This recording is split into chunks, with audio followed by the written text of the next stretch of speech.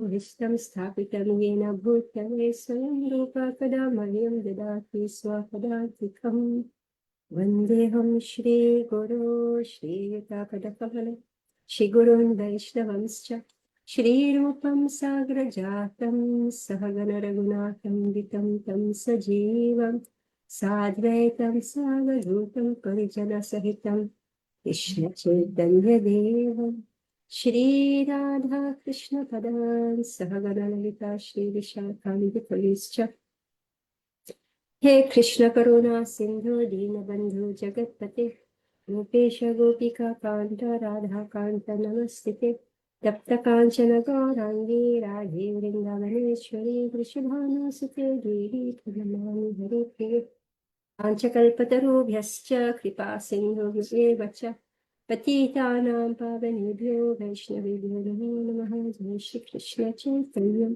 प्रभो नित्यानंद श्री अद्वैत गदाधर शिवासादि गौरभक्तवृंद हरे Krishna Krishna Krishna Hare Hare Hare Ram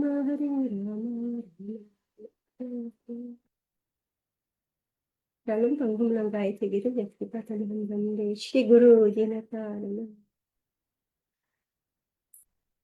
So welcome back.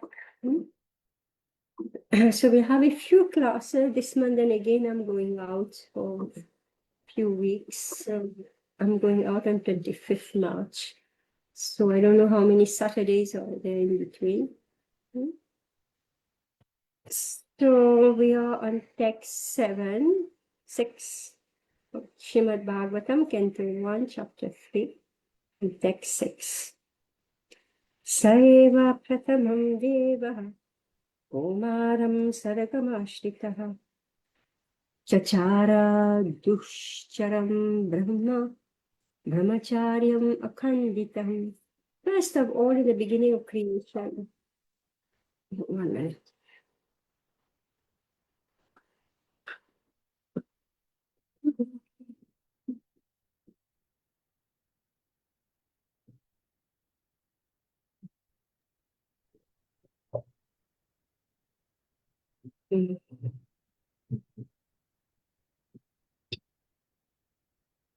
First of all, in the beginning of creation, there were the 4 unmarried sons of Brahma, the Kumaras, who, being situated in a vow of celibacy, underwent severe austerities for realization of the absolute truth. Purport. The creation of the material world is effected, maintained, and then again annihilated at certain intervals. So there are different names of the creations in terms of the particular types of Brahma, the father of the living beings in the creation. The Kumaras, as above mentioned, appeared in the Kaumara creation of the material world. And to teach us the process of Brahman realization, they underwent a severe type of disciplinary action as bachelors. These Kumaras are empowered incarnations. And before executing the severe type of disciplinary actions, all of them became qualified brahmanas. This example suggests that one must first acquire the qualification of a brahmana, not simply by birth, but also by quality. And then one can undergo the process of Brahman realization. So, few points here. So, Prabhupada is explaining that each creation has a name. So, during the creation of called Komaram, Komara. So, during the Komara creation of material world, so who was born? Who appeared?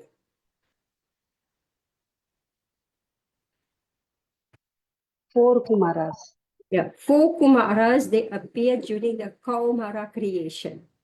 And then, so these Kumaras, they want to teach the process of Brahman realization.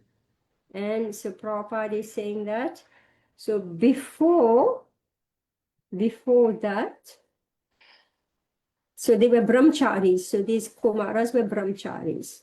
So what did they do?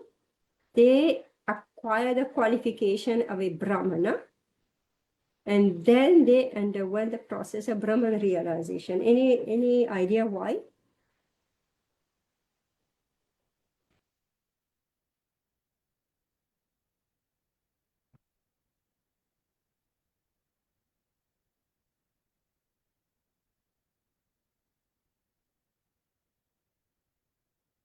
Any idea why they acquired the qualification of a Brahmana?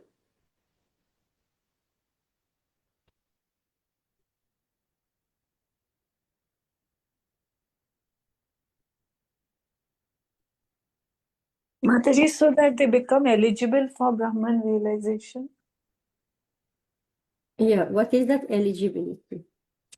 All the qualities of Brahman, which we here learn from Bhagavad Gita, Sham, Dam, the tolerance, humility, honesty, those qualities, knowledge of the Vedic Shastra.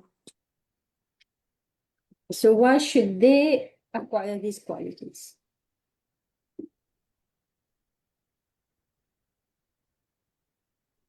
So Prabhupada is saying that this example suggests that one must first acquire the qualifications of a Brahmana, not simply by birth, but by quality. And then one can undergo the process of Brahman realization.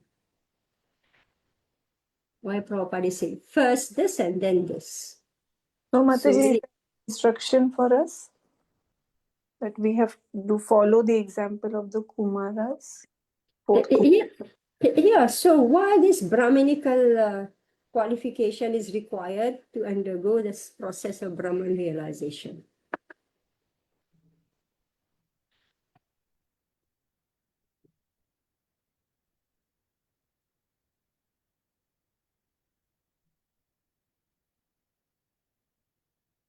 ताकि वो लोग बने रहे, मतलब अपने position से गिरे नहीं, मतलब उस स्टेज पे आ जाए, समझ सके. Yeah, yeah. Because otherwise they will fall. They won't have the strength like we can see among ourselves, right? So many come and so many goes, right? They don't have the strength to maintain. Maybe they maintain the regulatory principles: no meat eating, no intoxication, no gambling, no illicit sex. Maybe they undergo, they continue this, but they don't continue to pursue the process of Krishna consciousness, which is chanting 16 rounds, studying Bhagavatam, doing the puja, Archa Vigraha, the puja Archa Vigraha. I mean, without fail every day. We can see that majority actually, they are not able to do it. I don't know, they say they made a survey and they found out that most of our devotees, they don't read Prabhupada's books, right? And then chanting also, many devotees, they actually heard this, they say the body of the devotees of the movement are not chanting the 16 rounds. So this is the process of Brahman realization, right? So they're not able to maintain. So they take a vow to chant 16, even they're initiated, and then they go down. They bring deities at home and then they get bored. They don't want to do the deity worship every day. Right? And what to speak of hearing Bhagavatam or attending satsang? They're not able to do. And what about preaching, distributing the books, or making life members, helping in the festivals, etc. That's our process of Brahman realization. So we can see among ourselves that people come with great enthusiasm, they take off and then they land back gradually, right? So here, Prabhupada is saying, the verse itself is saying that, so these 4 Kumaras, so before executing the severe type of disciplinary actions, all of them became qualified Brahmanas.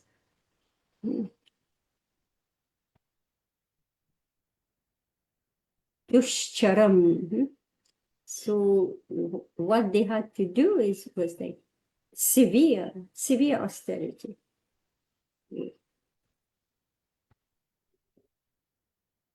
That's any question on that?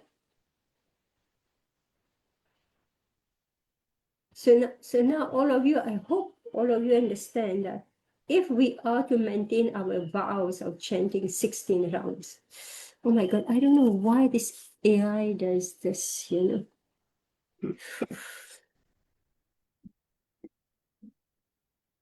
It's only this class, I have no idea why in this class it does this. Another class, it has other symbols.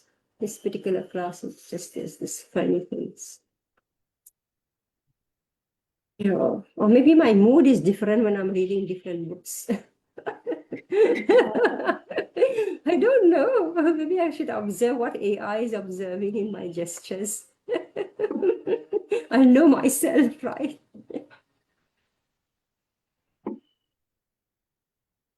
Yeah.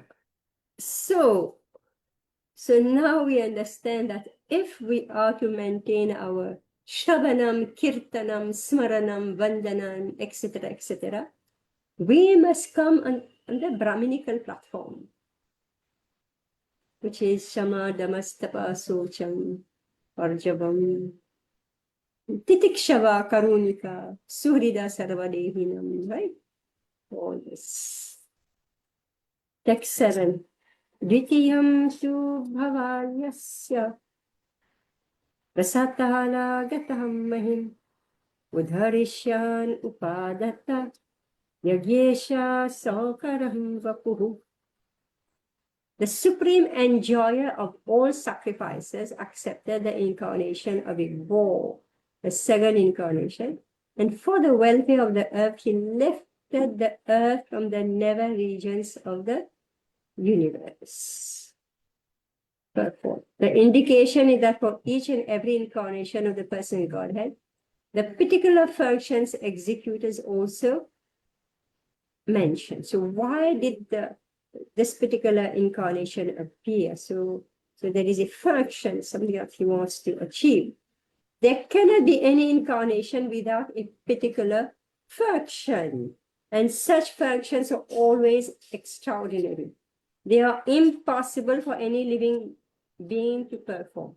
The incarnation of the boar was to take the earth out of Pluto's region of filthy matter. Picking up something from a filthy place is done by a boar, and the all-powerful person God had displayed this wonder to the Asuras who had hidden the earth in such a filthy place. There is nothing impossible for the person Godhead. And although he played the part of a boar, by the devotees, his worship staying always in transcendence. So the demons had, dislodged planet Earth. So it sank into the Garbhodaksh ocean where it was filthy. So he said, Earth is gone, it's gone, Earth is gone. But no, the Supreme Lord picked the Earth back. So you read this again and again, say, people are fighting. War is going on. War means many things. War means the heat of the earth is increasing. So if you feel hotter this year, you should know it's because of all the war or the fiery missiles that's being released, right? So the earth is becoming hotter, not from the sun. It's becoming hotter because of the wars. And the air is polluted, heavily polluted. Why? Because of all the missiles, all the chemicals, all right, that they are using during the war. So it is floating everywhere, you know. So the demigod is watching all this, right?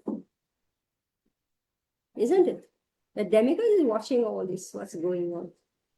So if the Supreme Lord wants, in one Sudarshan Chakra, he can clear up everything, right? Can clear up the whole atmosphere. If the Supreme Lord wants. And one rain, right? The rain will come, then it will cool up all that heat.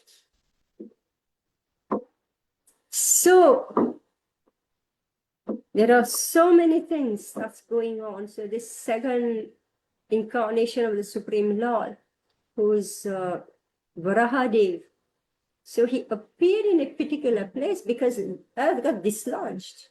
And we read earlier that this creation is in constant flux. It's always created and then it is destroyed. So right now, the wars, they want to destroy planet Earth, right? They're eliminating people, they're erasing the house, they're attacking the civilians actually.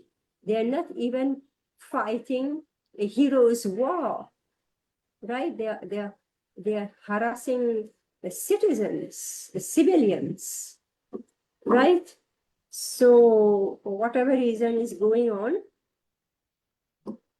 but it's very much felt all over the world. It's a panicky situation for millions. And if all of us will keep our vow in Krishna consciousness, if we will chant the holy name, all right? All of us together will chant the holy name, individually together, then this will be reduced. The effect of this war will be reduced, counteracted by the Mahamantra. So the more people will engage in chanting the Hare Krishna Mahamantra, the more it will counteract all these, the effect of the war. Just like Lord Varahadev, he said, Earth went to Pluto region. What is it? Dvitiya Bhavaya.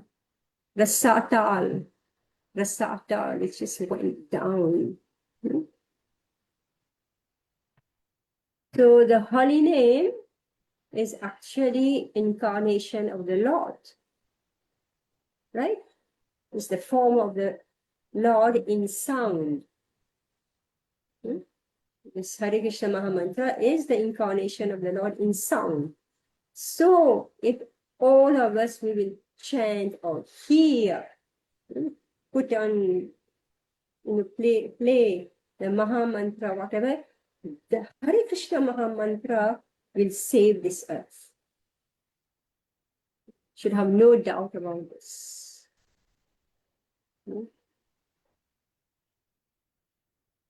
I just came across one short video by one devotee called Sahadev Das. And the things that I don't know was happening. He tells this story about how one day he was in Mayapur and he was sharing room with one person, one devotee.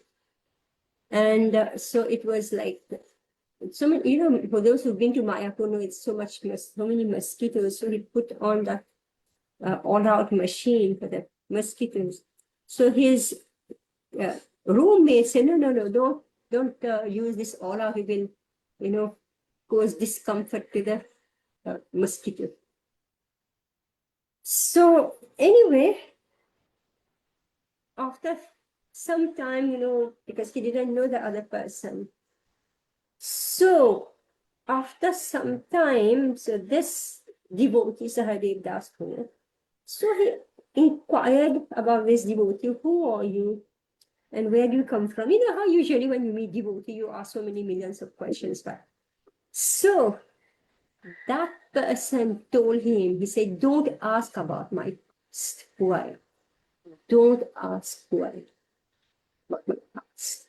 This man happened to be a commando in the Serbian war. Can you imagine? He is a man who has, with bare hands, murdered. Right? So he tells the story. So when he had put one, so they were lined up and just shot like this. So this one man who was on the firing line, right? So this commando, you know, he noticed that this one man was cool. And he's about to die. He's about to shoot that man. He was just cool. So he went up to him and said, "You're not afraid? You're going to die now?" This man said, "No, I'm not afraid." So he pulled out a knife and put it next to his neck, poked him with that knife and his neck. He said, "You're not afraid?" So this man said, "No, because you cannot kill me."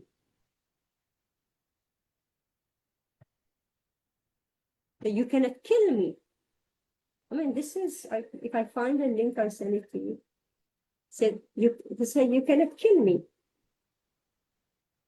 So then somehow he got intrigued by that man.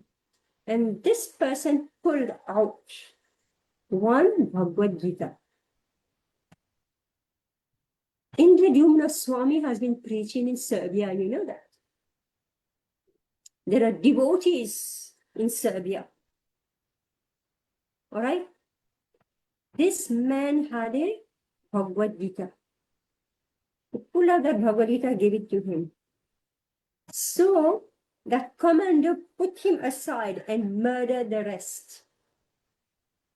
I mean, I don't even want to speak or think about it, you know. Then I didn't catch properly, you know, the story, how it turned out. But that commando, you know, so he read that book and then he ran away, just ran away from Serbia. And he found the devotees, and he, you know, he joined the temple in, I don't know which country. Phew.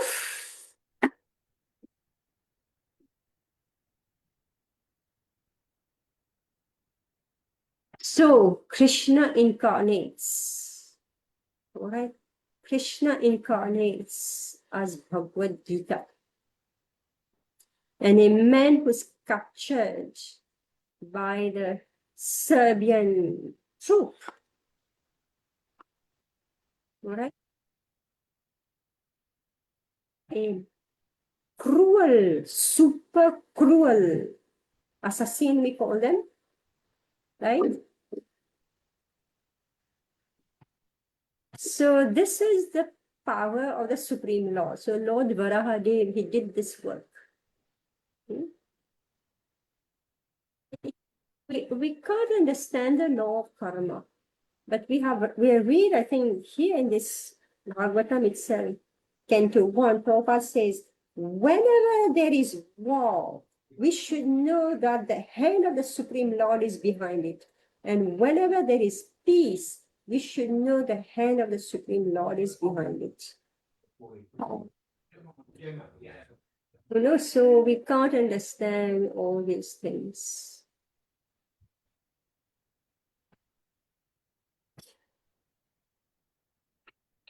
So horrific. So that was to make, I'm speaking about this just to make, you know, this understanding about the Supreme Lord saving Earth from I mean, that was the ultimate, because we lost Earth. Earth disappeared from the planetary systems. It just disappear. And it's like we are walking that path now. We are doing so much injury to Mother Earth through wars, through industries, through being, the way people behave, no etiquette, no nothing. This is the path to hell. But if we are going to study this Bhagavatam, we'll be among those few, so I'm just making this relevant to all of us. Lord, war is a reality.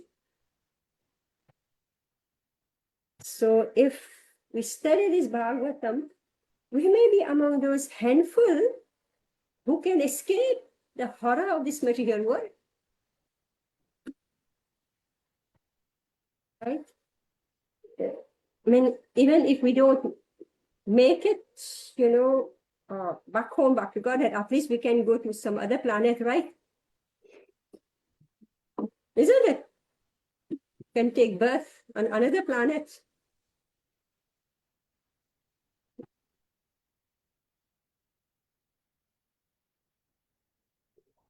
So many things happen. We can take birth on Swargalok. Of course, the demons are waiting for Indra, right? But we can go higher than Swargalok. Mahalok, Tapalok, Janalok, right? Satyalok. So text 8, somebody would like to read? Mala, you would like to read? Text 8. Yes, Mataji, Hare Krishna. Text 8. Tritiyam rishi sargam vai devarshitvam upatyasah tantram satvatam achasta naishkarmyam karmanam yatah. Translation. In the millennium of the rishis, the personality of Godhead accepted the third empowered incarnation in the form of Devarshi Narada, who is a great sage among the demigods. He collected expositions of the Vedas, which deal with devotional service and which inspire non-fruitive action. Purport by Sri Bhaktivedanta Swami Sri Prabhupada, Srila Prabhupada Ki Jai. The great Rishi Narada, who is an empowered incarnation of the personality of Godhead, propagates devotional service all over the universe. All great devotees of the Lord all over the universe and in different planets and species of life are his disciples. Srila Vyasadeva, the compiler of the Srimad Bhagavatam, is also one of his disciples. Narad is the author of Narada Pancharatra, which is the exposition of the Vedas, particularly for the devotional service of the Lord. This Narada Pancharatra trains the karmis or the fruitive workers to achieve liberation from the bondage of fruitive work. The conditioned souls are mostly attracted by fruitive work because they want to enjoy life by the sweat of their own brows. The whole universe is full of fruitive workers in all species of life. The fruitive works include all kinds of economic development plans, but the law of nature provides that every action has its resultant reaction, and the performer of the work is bound up by such reactions, good or bad. The reaction of good work is comparative material prosperity, whereas the reaction of bad work is comparative material distress. But material conditions, either in so-called happiness or in so-called distress, are all meant ultimately for distress only. Foolish materialists have no information of how to obtain eternal happiness in the unconditional state.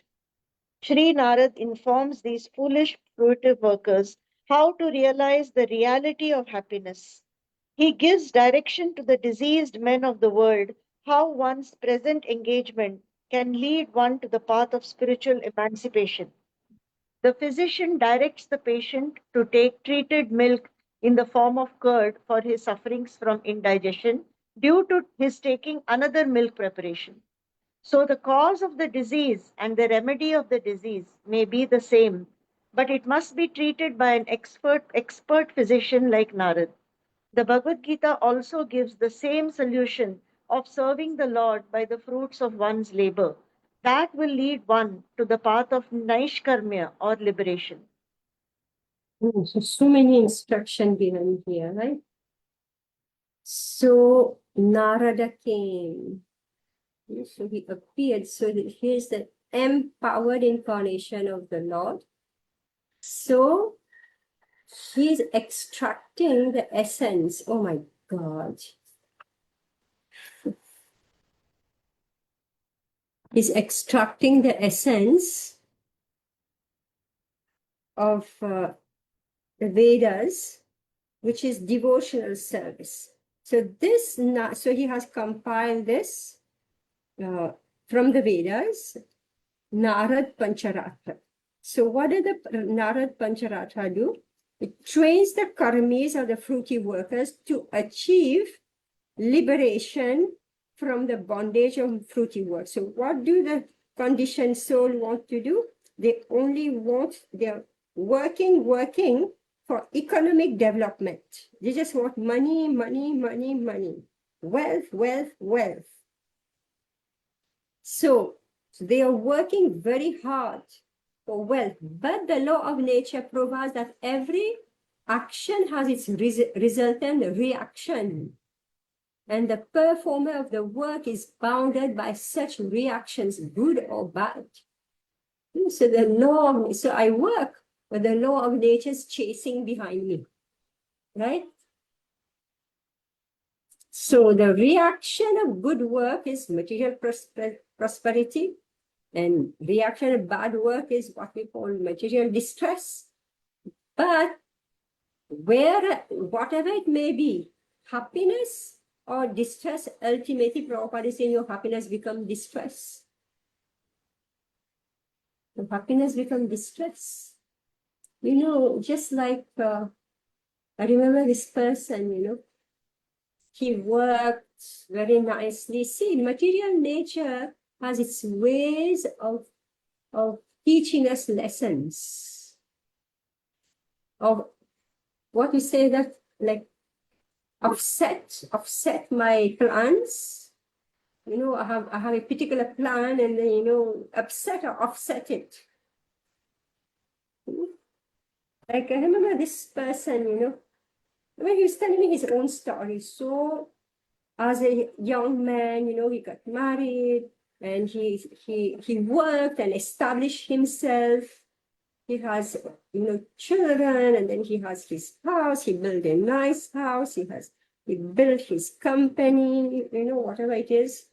And then he said, now I relax. I get my children married, right? I get my children married. And then I will have the grandchildren, right? We got the grandchildren. And the first grandchildren was born premature. And the second grandchild was born with some defect.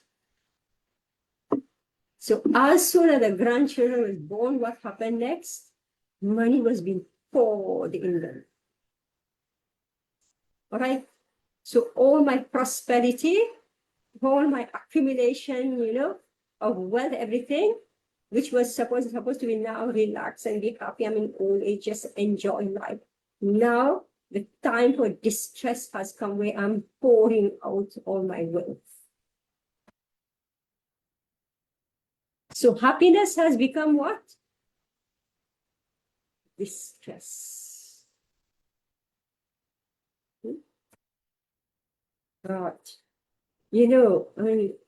I'm sure you know people like this. I'm sure. It's a problem. The whole universe is full of fruity workers. Whole universe, full of them. So Narad Muni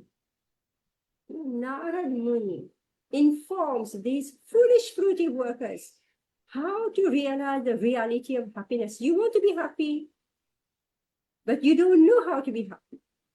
He gives direction to the diseased men of the world, how one's present engagement can lead one to the path of spiritual emancipation So he's saying that work can bring bondage to you, and the same work can become a path of liberation for you. An example is given. What example is given?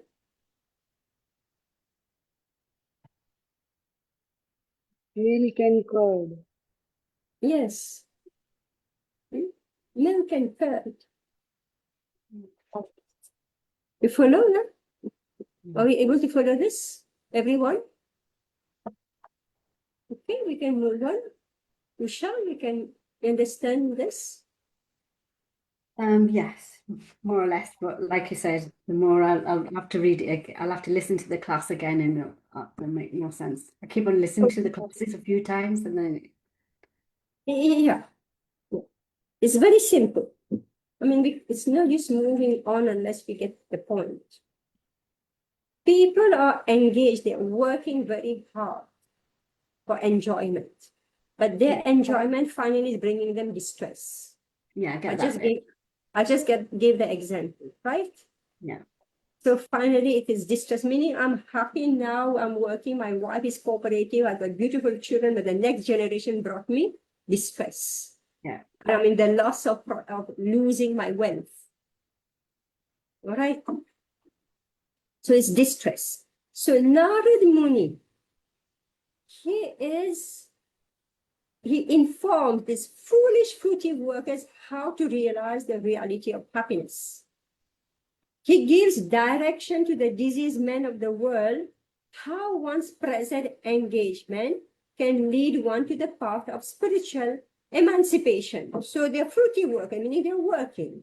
So they attach to a particular type of work. Now Narad Muni is teaching them how to use their own tendency to work so that they become liberated. Oh, okay. Philosophy. And this is how we are engaging people in ISKCON.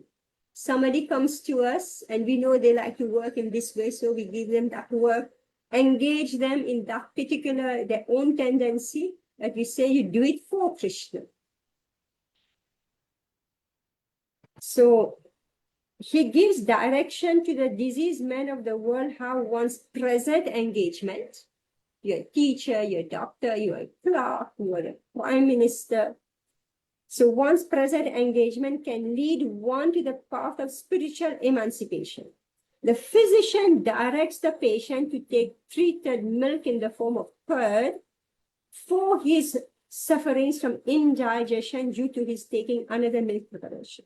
If somebody takes milk and he gets loose motion, all right, it's milk.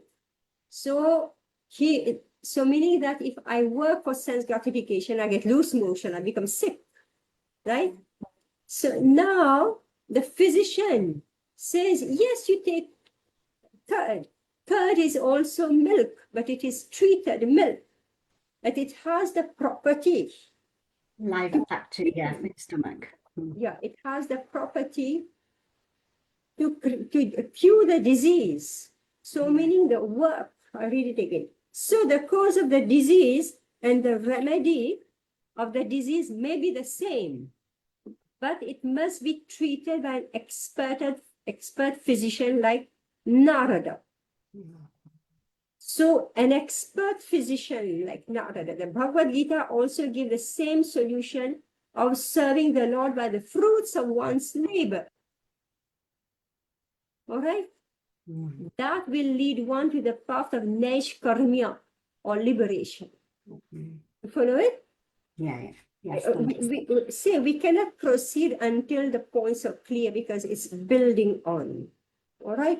So we must understand everything properly. Otherwise, I can't teach. So you must, everybody, you understand what Prabhupada is discussing here? Follow this process that Narad Muni is teaching. We are clear, Banuji? Clear? Everybody? Okay, we go on. Next one. Turiye dharma kala sarge naranarayana varvishi Bhutva mopashama mopetam akaro dushcharam tapaha. In the In the- fourth incarnation. Okay, you want to read, Usha? You want to read? Oh, you Read. said to read, sorry. Yeah, that's read. Yeah, read. In the fourth incarnation, the Lord became Nara and Narayana, the twin sons of the wife of King Dharma. Thus, he undertook severe and explanatory penances to control the senses. Purport: as King Shaba, is it Rashaba, advised his sons, tapasya or voluntary acceptance of penance for realization of the transcendence is the only duty of the human being. It is so done by the Lord himself in an explanatory manner to teach us. The Lord is very kind to the forgetful souls. He therefore comes himself and leaves behind necessary instructions and also send his good sons as representatives to call all the conditioned souls back to Godhead. Recently, within the memory of everyone, Lord Chaitanya also appeared for the same purpose, to show special favor to fallen souls of this age of iron industry. The incarnation of Narayana is worshipped still at Badari Narayan on the range of the Himalayas. Okay, so this is Nar Narayan Rishi. So what they came for? They came to teach us sense control. So they did penances, severe penances. So it's again the same thing. All the incarnations are coming only to get us back. So Narad Muni, he engaged the fruity worker, right, in Krishna's service. And now Nar Narayan Rishi, they are teaching us sense control. So they do severe austerities to teach us how to control the senses. So here Prabhupada is saying that Lord Chaitanya also appeared for the same purpose, to show special favor to fallen souls of this age of iron industry. Right? Everything is iron, right? Kali Yuga is called the age of iron age. Oh my God. Golden age is which age? First Satyuga. 10,000 years. Satya Yuga. Satya Yuga. Yeah, when everything gold was freely available, I guess. Satya. And nobody cared about it. Then Treta Yuga is known as Silver. Silver Age. Silver.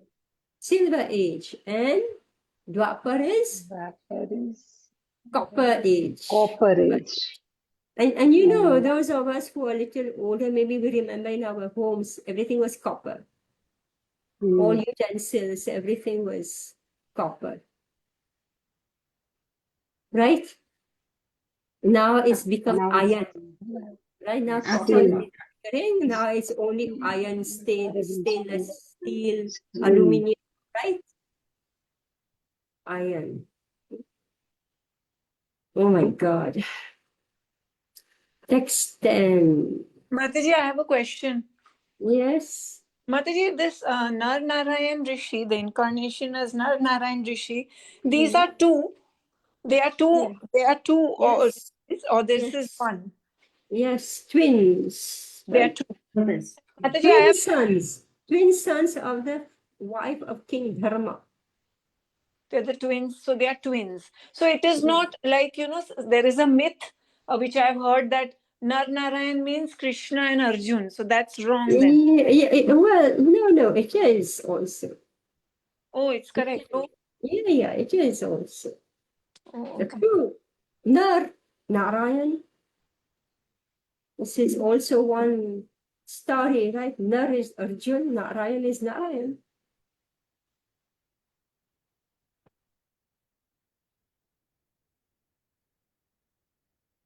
You know, there's so many Supreme Lord is unlimited.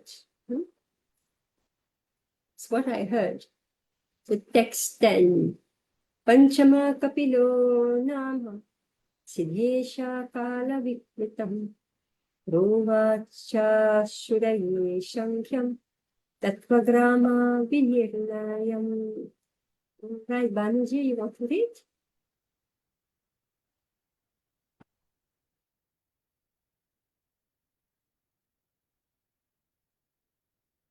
Banu, you're reading, Banu? You're You reading? need to unmute, Madam. Yeah.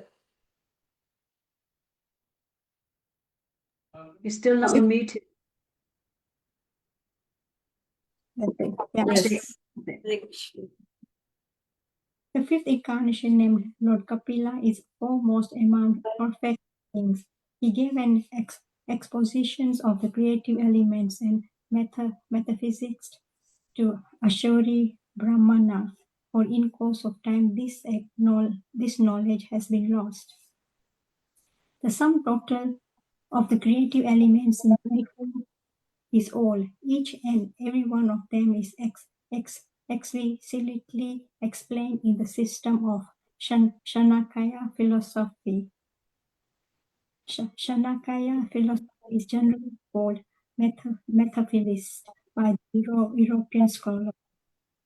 The etymological meaning of Shanaka is that which explained very lucidly by analysis of material elements. This was done for the first time by Lord Kapila, which is said herein to be the in line of incarnation. Yeah. So this is Kapila Dev. So he taught about the 24 elements. So all of you, do you know what are the 24 elements? All of you know what are the 24 elements?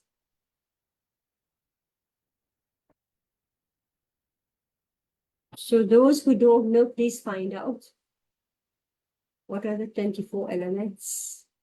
This is our basic philosophy in Sankhya.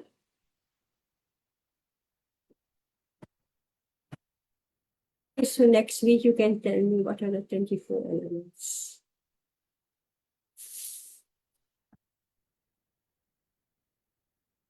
Text 11. Shastham matre apatyatam vritta prapto na suryaya anvikshikam alarkaya prahlada dibhya uchivan. The sixth incarnation of the Purush was the son of the sage Atri. He was born from the womb of Anasuya, who prayed for incarnation.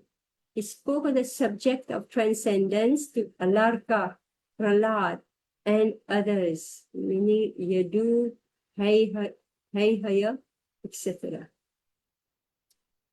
Okay, Shikala, you want to read? Thank you, Mataji. Hare Krishna. Purport by His Divine Grace, A.C. Bhaktivedanta Swami Srila Prabhupada, Srila Prabhupada. The Lord incarnated himself as Dattatreya, the son of Rishi Atri and Ansuya. The history of the birth of Dattatreya as an incarnation of the Lord is mentioned in the Brahmanda Puran in connection with the story of the devoted wife. It is said that Ansuya, the wife of Rishi Atri, prayed before the Lords Brahma, Vishnu, and Shiv as follows: My lords, if you are pleased with me, and if you desire me to ask from you some sort of blessings, then I pray that you combine together to become my son. This was accepted by the lords, and as Dattatreya, the Lord expounded the philosophy of the spirit soul, and especially instructed Alarka, Prahlad, Yadu, Haihai, etc. Thank you. Hare Krishna. Okay, so now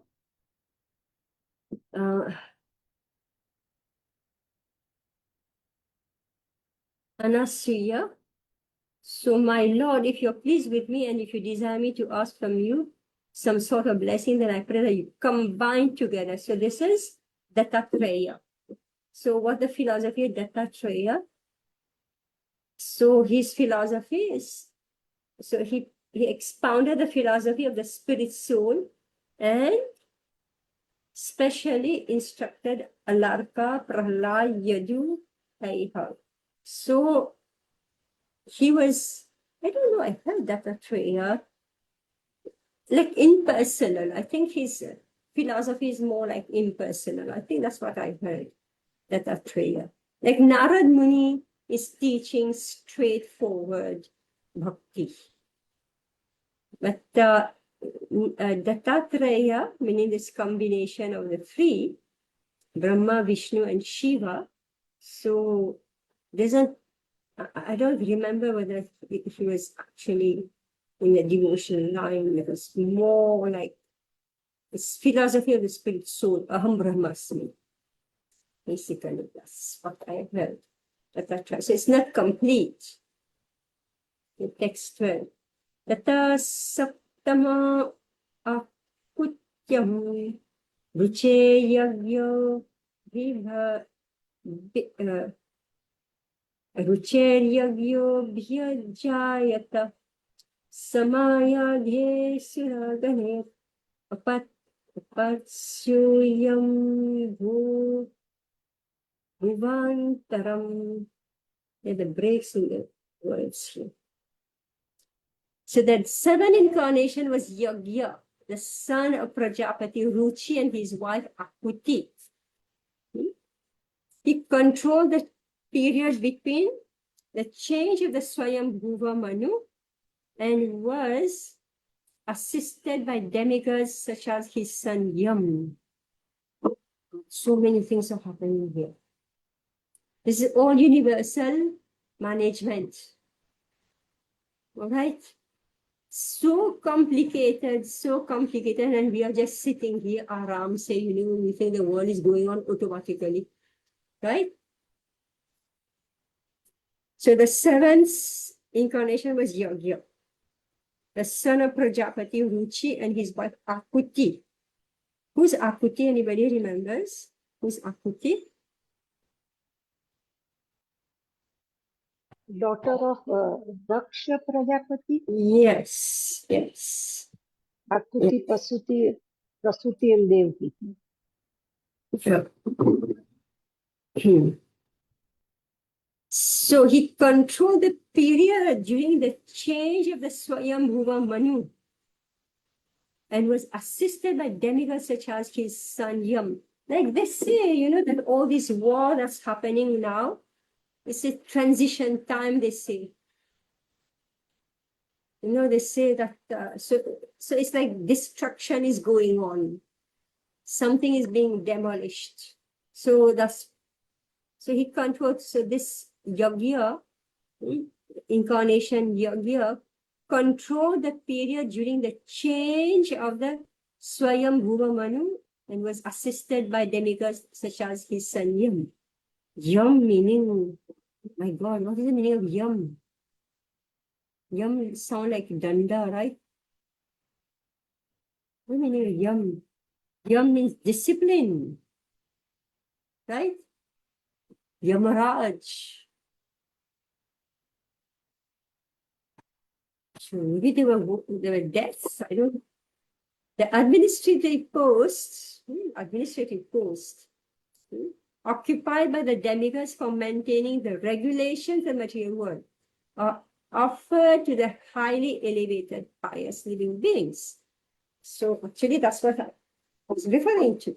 That the world, all those leaders who are killing each other, they believe they are the doers. They believe the whole world is in their hands. They can do what they like. But actually, no. No. They are under the control of the devas.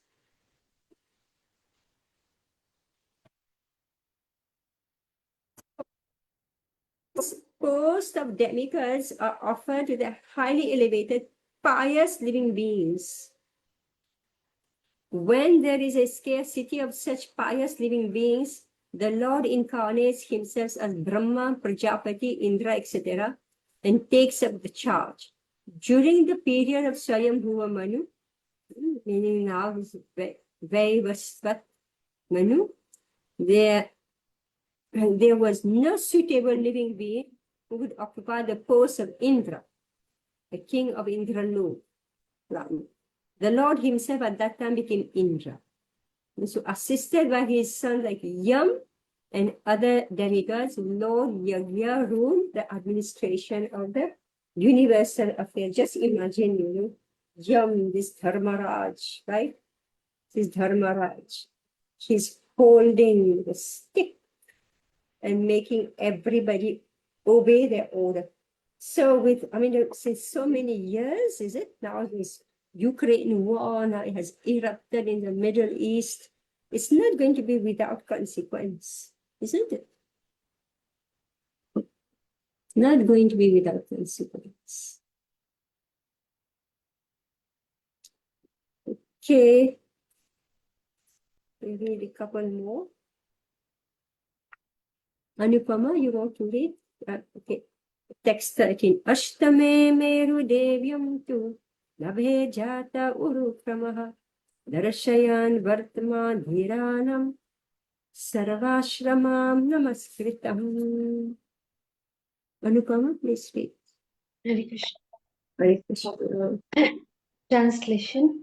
The eighth incarnation was King Rishabha, son of King Nabhi, and his wife Meru Devi. In this incarnation, the Lord showed the path of perfection, which is followed by those who have fully controlled their senses and who are honored by all orders of life. Purport. The society of human beings is naturally divided into 8 by orders and statuses of life.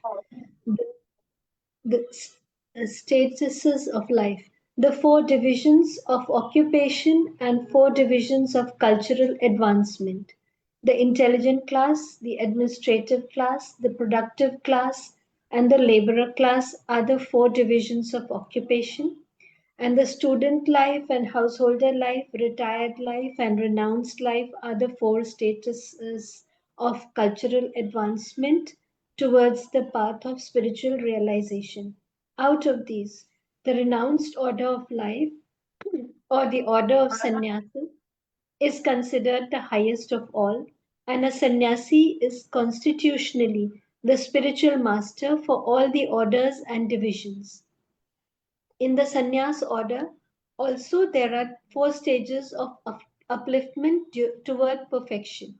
Yeah, These one minute. So this is a large purport. So let's look at this. So Prabhupada is speaking of cultural advancement. Meaning if you're a cultured person, then you follow the system of Varna Ashram Dharma. And if you're uncultured or you're uncivilized, you could say, and you don't care, you don't bother, like we read earlier, like to tread the path of self-realization, you need to be on the Brahminical platform, right? We read about that. So here Prabhupada is saying that this system of Varnashra, actually it is cultural advancement towards the path of spiritual realization. If you have no manners, I'm sorry, I'm just speaking about this because we are dealing with all this now. It is like the way, I don't know, like in Bombay, like people no longer know this etiquette. It's wild. It's completely wild, right? There's no more, like, everybody wants to be the one class only, and one age group only.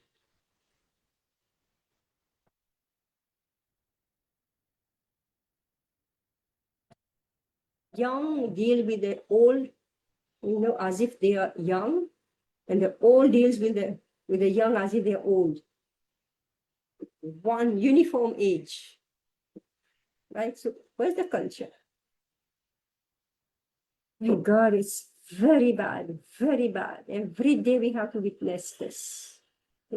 So therefore, there is no spiritual realization unless there is this basic sadachar. And we can see in our society also, we are speaking about it, the sadachar. But we take it and then we forget. Again, we become uncultured. No achar, no sadachar. Yeah. So now this sannyas is considered to be the topmost, the highest order sannyas. And of course, there are huge demand on sannyasis. So now, see, it's like you from grihastha ashram vanaprastha, you become sannyasi, it's a jump. So you have to be trained. So it is a gradual training. So there are 4 stages of upliftment towards perfection. Yeah, Anupama, you can continue. These stages are called Kuti Chaka, Bahudaka, Jakacharya, and Paramahansa. The Paramahansa stage of life is the highest stage of perfection. This order of life is respected by all others. Maharaja Rishabha, the son of King Nabhi and Meru Devi, was an incarnation of the Lord, and he instructed his sons to follow the path of perfection by tapasya, which sanctifies one's existence and enables one to attain the stage of spiritual happiness, which is eternal and ever increasing. Every living being is searching after happiness, but no one knows where eternal and unlimited happiness is obtainable. Foolish men seek after material sense pleasure as a substitute for real happiness, but such foolish men forget that temporary so called happiness derived from sense pleasures is also enjoyed by the dogs and hogs. No animal, bird, or beast is bereft of this sense pleasure.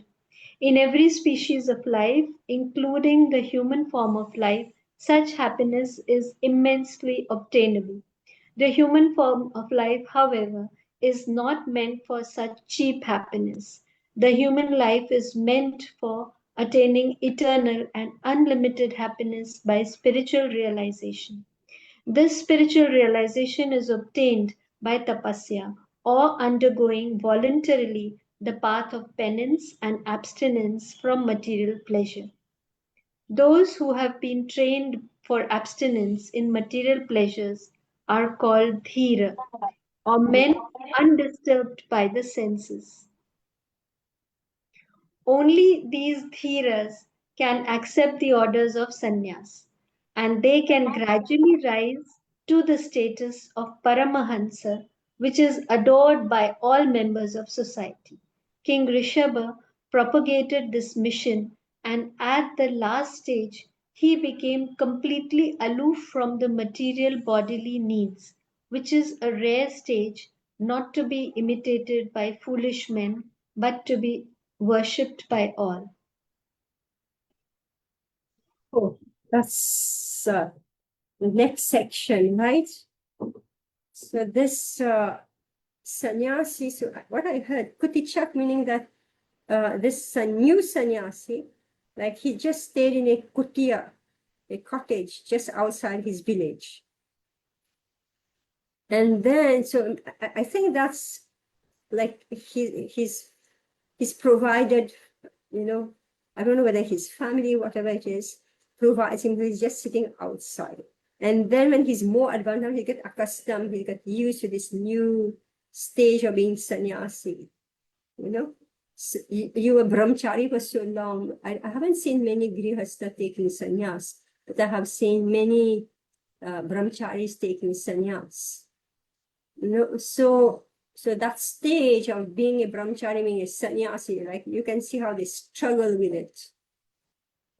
So usually that's how it's done. So they stay outside the village nearby, and they are food is brought to them, and bahudaka, meaning that the sannyasi now he goes door to door. He goes door to door, that's how he maintains himself. And Parivrajacharya, so now this is like world tour. And Paramahams. Paramahams. So Prabhupada speaking of Paramahams. So Prabhupada is saying that yes, bird, beast, everybody, they're looking for sense gratification. So human life, in every species of life, including the human form of life, such happiness is immensely obtainable. So if you're a human being, you want to enjoy yourself, then 100% you can get happiness, provided your karma allows you. The potential for enjoyment is there. So the human form of life, however, is not meant for such cheap happiness. What is it? Eating, sleeping, mating. This is cheap happiness. The human form is meant for attaining eternal and unlimited happiness. How?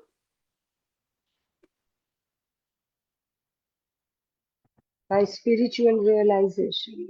Spiritual realization, not by eating and sleeping, right?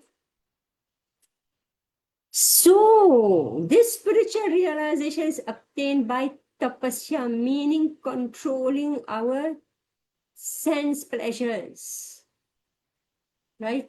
Controlling our sense pleasures. So, a dhira is somebody who has been trained. So, remember this Brahmana, the qualities of a Brahmana. Unless he's a Brahmana, he cannot do all these austerities. He will always be running after sense gratification. He'll be running after food. As soon as he feels, hunger, he's running for food. Right? Only those dhiras, who we remember who is a dhira.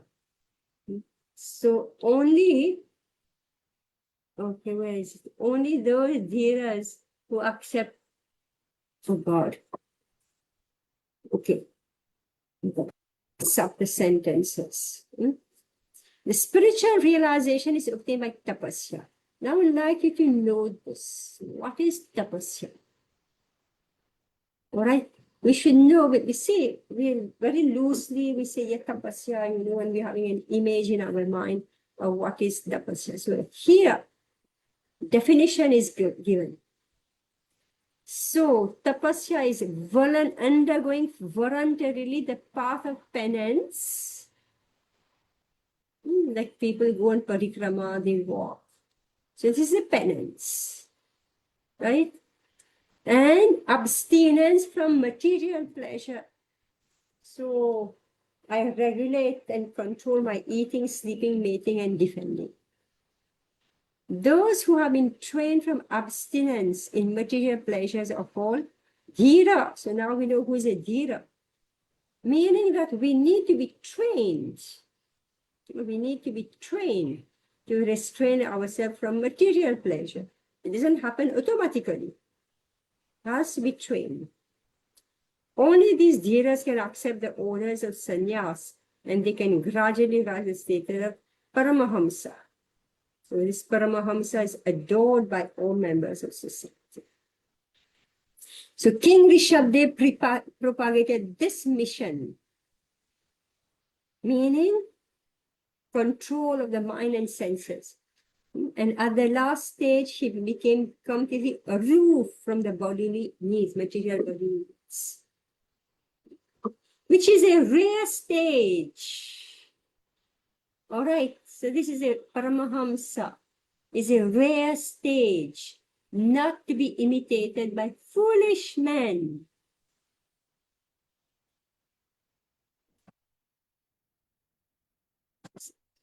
Yeah, so sannyas is not a small thing. Sannyas means abstinent, voluntarily abstaining from sense gratification.